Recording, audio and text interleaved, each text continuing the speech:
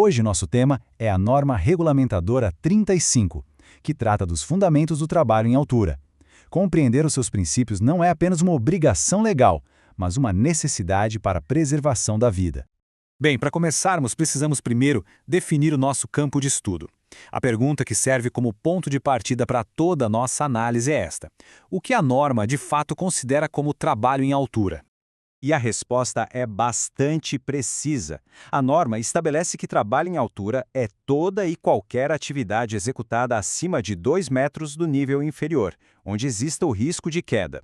É fundamental memorizar este número, 2 metros. Ele é o critério que define a aplicação de toda esta regulamentação. Para organizar o nosso estudo, nós seguiremos esta estrutura. Primeiro, a definição e aplicação da norma. Em seguida, os papéis e as responsabilidades. Depois, o planejamento e análise de risco, a execução segura do trabalho e, por fim, as medidas de proteção e emergência. Vamos então ao nosso primeiro ponto. O propósito da NR35 é bastante claro: estabelecer os requisitos mínimos e as medidas de proteção para o trabalho em altura, envolvendo o planejamento, a organização e a execução. Em suma, criar um padrão de segurança.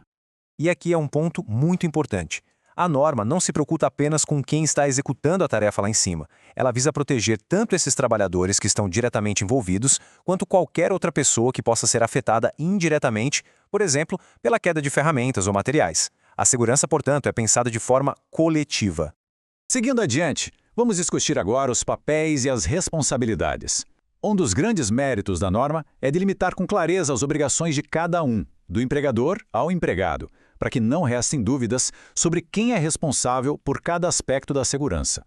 Pensemos nisso como uma via de mão dupla. A segurança é uma construção conjunta. De um lado, temos o empregador, com o dever de criar um ambiente seguro, fornecer treinamento e equipamentos. Do outro, os trabalhadores, com a responsabilidade de seguir as regras e cuidar ativamente da sua segurança e da dos colegas. E o que isso significa, na prática, para o empregador? Significa ter uma postura proativa. Não basta apenas fornecer os equipamentos. É preciso garantir que as medidas de proteção sejam implementadas, que a análise de risco seja feita, desenvolver procedimentos operacionais claros e, algo essencial, garantir a supervisão do trabalho. Do lado dos trabalhadores, as responsabilidades são igualmente sérias. O dever de cumprir as regras, de colaborar com o empregador na implementação das medidas e, talvez o mais importante, o direito e dever de interromper as atividades sempre que constatarem um risco grave e iminente. É o chamado direito de recusa, uma ferramenta poderosíssima para a prevenção de acidentes. Muito bem. Agora, chegamos ao que eu considero o coração da prevenção na NR35: o planejamento e a análise de risco. Nenhuma atividade em altura pode ser considerada segura sem que estas etapas sejam cumpridas com o máximo rigor. A norma estabelece uma hierarquia de controle muito lógica. Pense em prioridades. A prioridade número 1 é sempre tentar evitar o trabalho em altura. Se isso não for de modo algum possível, o foco se move para eliminar o risco de queda dos trabalhadores. E só em último caso, quando os dois primeiros não são viáveis, adotam-se medidas que minimizem as consequências de uma eventual queda.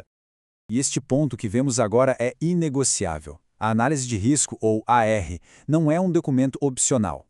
Ela é o alicerce de toda a operação. É o estudo prévio que vai identificar todos os perigos e estabelecer as medidas de controle necessárias para aquela atividade específica.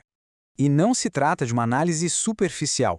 Ela deve ser completa, contemplando desde o local de trabalho e tudo ao seu redor, até o isolamento da área, os sistemas de ancoragem, as condições do tempo, um vento forte, uma chuva, tudo isso precisa ser considerado. A queda de materiais é outro risco que deve ser avaliado. Cada item é vital. Agora, quando o trabalho não é parte da rotina, a norma exige um controle adicional: a permissão de trabalho, a PT. Ela funciona como uma autorização formal, por escrito, um checklist final que garante que todos os envolvidos estão cientes dos riscos e que todas as medidas de segurança foram devidamente implementadas antes do início da tarefa. Já falamos do planejamento e das responsabilidades. Mas, uma vez que tudo está planejado, quem de fato pode executar a atividade? A norma é muito específica sobre as qualificações necessárias. O primeiro nível de qualificação é o de trabalhador capacitado. Para ser considerado capacitado, o profissional precisa passar e ser aprovado em um treinamento específico, que seja teórico e prático, com uma carga horária mínima de 8 horas, conforme estipulado pela norma. Acima do capacitado, nós temos o trabalhador autorizado. Vejam bem a diferença. O autorizado, além de ser capacitado, ou seja, ter o treinamento, também passou por uma avaliação médica que o considerou apto para a função e, crucialmente, ele possui uma autorização formal da empresa para realizar aquele trabalho em altura. Chegamos então ao nosso último tópico, que representa a última barreira de defesa, as medidas de proteção e os planos de emergência. São os equipamentos e os procedimentos que entram em ação tanto para prevenir o acidente, quanto para responder a ele caso aconteça.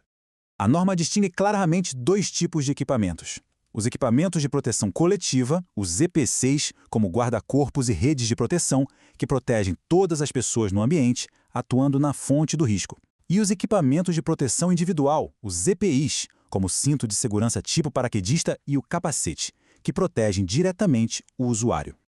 Agora, um alerta da mais alta gravidade. O perigo não acaba quando a queda é contida pelo cinto.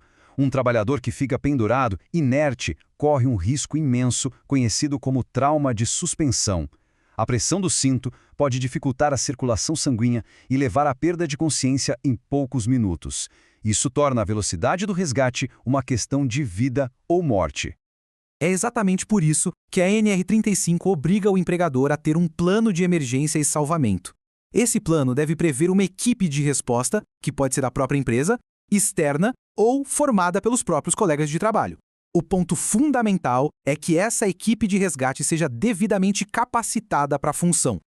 Para encerrarmos nossa aula de hoje, quero deixar esta reflexão. A segurança em altura se resume a cumprir uma lista de itens de uma norma, ou ela é, na verdade, o resultado de uma cultura de segurança, onde cada pessoa, do gestor ao executor, compreende e assume o seu papel numa responsabilidade que é, em sua essência, compartilhada? A resposta que damos a essa pergunta no dia a dia é o que verdadeiramente define o sucesso de um programa de segurança.